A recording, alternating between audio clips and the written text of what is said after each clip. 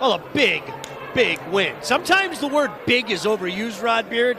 I don't think it's being overused here. The Warriors forged their way into a tie with Grand Valley in the very, very difficult GLIAC North standings race. Both teams at 9-6, a come from behind victory over their in-state rival. And let's jump right to it. Let's take a look at some of these highlights and figure out how the Warriors got this done tonight. I don't know. I mean, we're going to have some highlights that'll tell us. Marcus Miller had a big game, big all-around game, finds Ronald Booth for the three, and Booth ended up with 13 points, just 3 of 11 from the field, but that was his one three-pointer in the game. Clark Bishop finds Moore, gets it over to Key. Key had 14 and 6 rebounds to go along with that after fighting some foul trouble in the first half. Moore again, another assist right down to Matebe. And Wayne State was just never really, they couldn't get over the hump. 27-25 at the end of the first half. Part of the reason for that was Chris Dorsey for Grand Valley, 17 points and 4 assists. Just did a little bit of everything around the ball, around the rim, flying in for a putback there. But he cooled off in the second half. He wasn't quite as effective. He gets the steal here. Going to the rim, finds Rieskamp.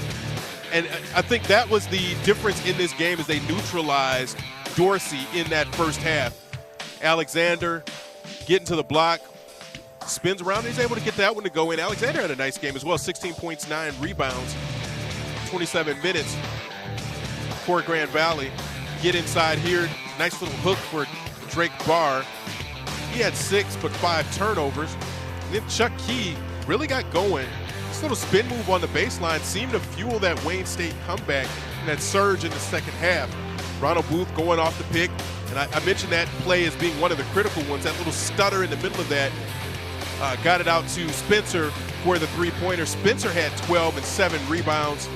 And then Booth gets inside, and that's the one that really gave them some energy, a little spin in the baseline. And I like this play, too, from Moore down to Michael Lewis. Moore finished with 7 points, 10 rebounds, and 7 assists.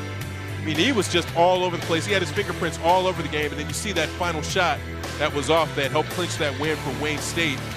Some of the numbers there, you see the free throw discrepancy, 10 misses for Grand Valley in a game that was decided by 3, and Wayne State 7 misses themselves. Lots of turnovers, and Grand Valley just couldn't hit from 3.